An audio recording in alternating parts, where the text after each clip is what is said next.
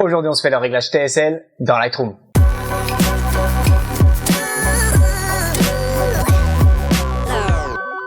Bonjour à tous, c'est Alexandre de Ries, vous pouvez me retrouver sur le blog laretouchephoto.com. On voit ensemble comment retoucher nos photos simplement et en s'amusant.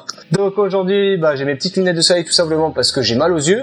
Et voilà, au lieu de rien faire, je vous fais quand même un tuto malgré ce petit souci.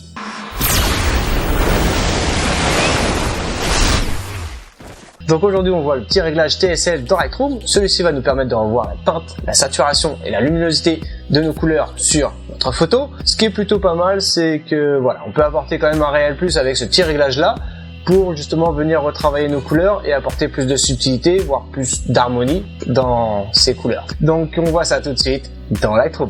Donc j'ouvre Lightroom et j'apporte donc quelques photos pour faire le test TSL. Et une fois que je me sens prêt, je bascule tout simplement dans le module développement. Donc ce que je peux vous conseiller de faire avant de vous lancer donc dans le TSL, c'est tout simplement de venir corriger l'objectif. Voilà, vous faites activer le profil et vous mettez la marque donc de votre objectif.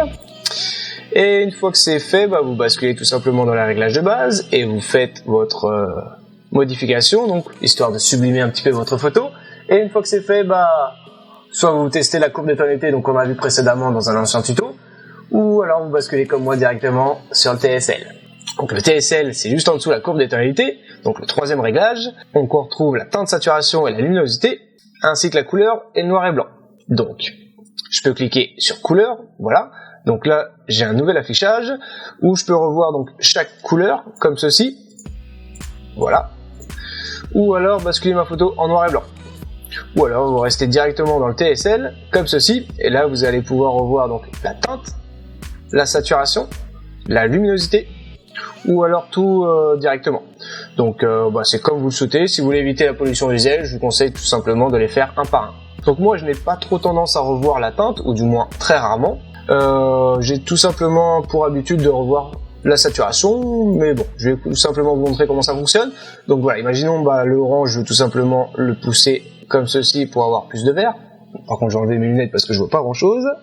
Ça pique un peu, mais on va essayer de faire un peu vite. Voilà, imaginons le jaune, je veux le pousser tout simplement et avoir plus de vert. Bon, je peux faire comme ça. Imaginons dans le bleu, par exemple, comme ceci. Ou alors, plus de magenta dans le bleu. C'est comme vous le souhaitez. Vous pouvez réinitialiser à n'importe quel moment vos réglages en cliquant 2 fois sur teinte, comme ceci. Pareil, dans saturation et dans luminosité, vous cliquez 2 fois ici. Voilà.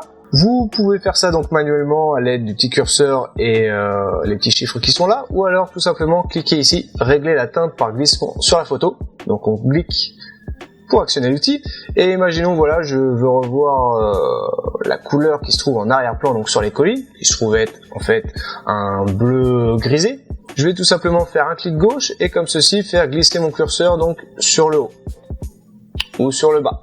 Voilà, je fais glisser tout simplement ma souris pour varier donc mon réglage. Je peux faire un CTRL-Z bien entendu pour revenir à 0 et me mettre par exemple sur une autre couleur. Imaginons je me mets sur le jaune juste ici, je vais tout simplement faire glisser ma souris vers le haut, voilà, comme ceci pour avoir plus de vert, ou alors vers le bas pour avoir plus de rouge. Je fais un CTRL-Z comme ceci pour annuler, et on peut soit vous tester, mais moi je préfère tout simplement me rendre dans saturation parce que je trouve que c'est un réglage quand même qui est plus intéressant. Je préfère revoir donc ma saturation et ma luminosité donc sur mes photos. Voilà, c'est personnel, mais j'évite de changer trop mes teintes. Je trouve qu'après ça fait un petit peu bizarre, surtout si vous connaissez pas trop le cercle chromatique. Je peux vous indiquer donc un petit article là-dessus sur le blog justement pour comprendre un peu les couleurs complémentaires, secondaires et tertiaires. Voilà, ainsi que les couleurs primaires pour ceux qui sont un petit peu perdus. Au cas où, il n'y a pas de 4 couleurs primaires. C'est niette. Ah, c'est pas mal, parce qu'il y a 4 couleurs primaires. Quadricolore, c'est pas mal. C'est 4 couleurs. Ils sont 4 couleurs. Quadricolore. Donc on bascule maintenant sur la saturation. Imaginons, je vais revoir un petit peu mon orange et faire réveiller un petit peu mes couleurs. Voilà. Donc comme ceci. Bon, par contre, je vois pas grand chose. Voilà, c'est mieux. Je peux apporter plus de jaune, comme ceci. Le vert un petit peu, voilà, mais j'en ai pas beaucoup. Un petit peu plus de bleu-vert en arrière-plan. Donc là, vous voyez que c'est un petit peu trop. L'arrière-plan est bien trop présent, donc on va réduire, comme ceci. Même si on veut plus de couleurs, il faut quand même qu'il y ait quelque chose de cohérent. et on évite donc de perturber la lecture. Donc moi ce que j'aime bien faire, c'est voilà, une fois que j'ai trouvé mes réglages, c'est harmoniser un petit peu ma courbe, histoire que voilà, mes couleurs soient harmonieuses. Donc ce que je fais, c'est que voilà, je rétablis un petit peu ma courbe, histoire d'avoir quelque chose de dynamique et quelque chose de plus ou moins cohérent.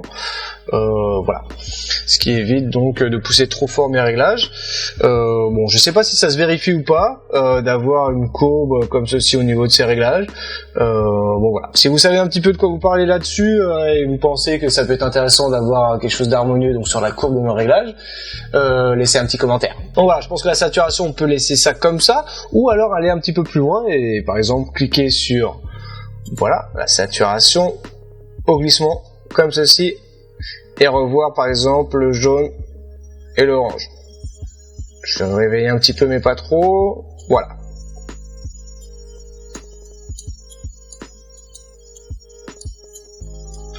Voilà, je rétablis un petit peu ma courbe. Voilà, on va laisser ça comme ça et basculer par exemple sur luminosité. Et imaginons, voilà, je sais pas, je veux revoir la luminosité sur mon orange.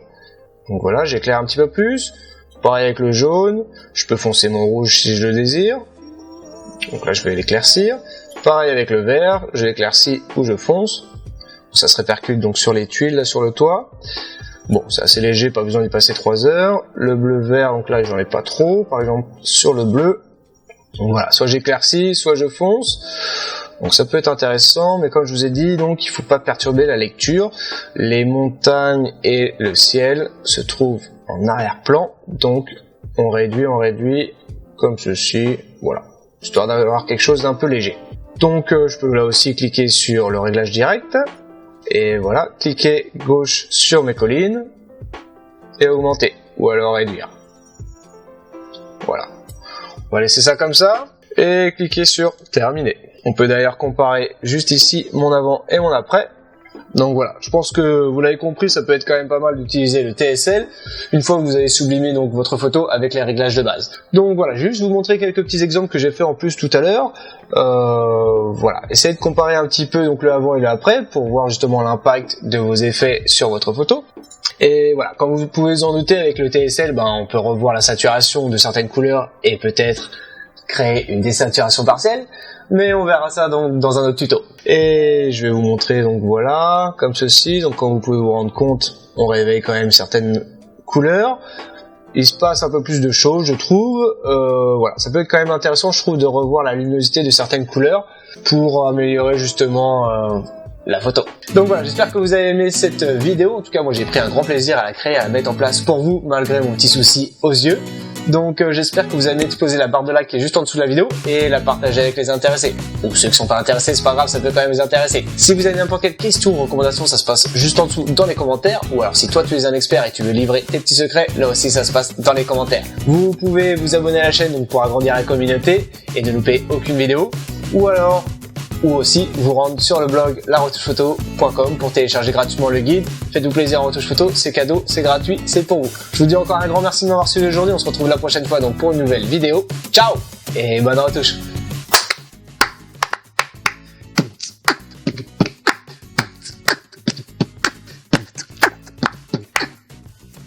Voilà.